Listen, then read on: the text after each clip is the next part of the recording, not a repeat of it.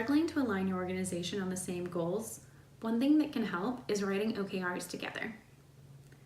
For example, bring an engineer and a managing editor into the same room and ask them, what would be an indicator to you that we're making progress on organic search? How do we actually achieve that?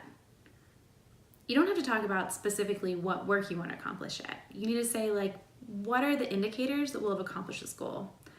Not only that we've increased our organic search traffic, but also say that people who come to us from search stay on the site for 2 minutes or longer, or at least a large percentage of them do.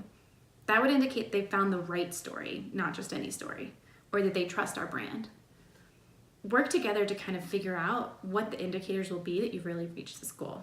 Another common goal setting word that you'll hear a lot is KPIs, which are key performance indicators.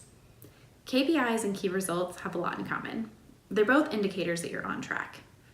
I like to think of KPIs as being more like alarm bells, so that when you're monitoring the long-term progress towards a goal, you know if something's off track. Say, for example, you have long-term audience growth goals for your website. You might have KPIs like the number of people who come to your site 2 or 3 times a month. And if that number starts to fall off, you might think, ooh, we have a problem here.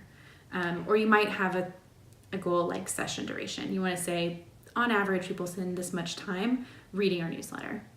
That way you can kind of measure if something starts to change. Well, maybe did something change in our product development? Did we remove a feature? Did we add something? Then you can start to investigate. The other frameworks that I've included in the reading materials are Google's HEART framework and Jobs to be Done. The HEART framework and Jobs to be Done are both user-oriented frameworks for setting product goals, like a very specific product, say a newsletter, a website, a podcast, a tool or an app that you're going to use, and figure out how all of the ways that it needs to serve an audience's needs. There are no hard and fast rules for writing goals. Pick and choose the framework or the methods that make the most sense for your team and your culture. The only thing to keep in mind is that without goals, you're going to go in a lot of different directions at once and waste time on unnecessary work. But you also want to make sure that you're not setting so many goals that it gets in the way of the work itself. In the next video, we're going to talk about prioritization, which is really important once you actually start getting into what is the work that we're doing and how does it align with our goals. Having really clearly defined goals helps you set clear priorities, so keep that in mind.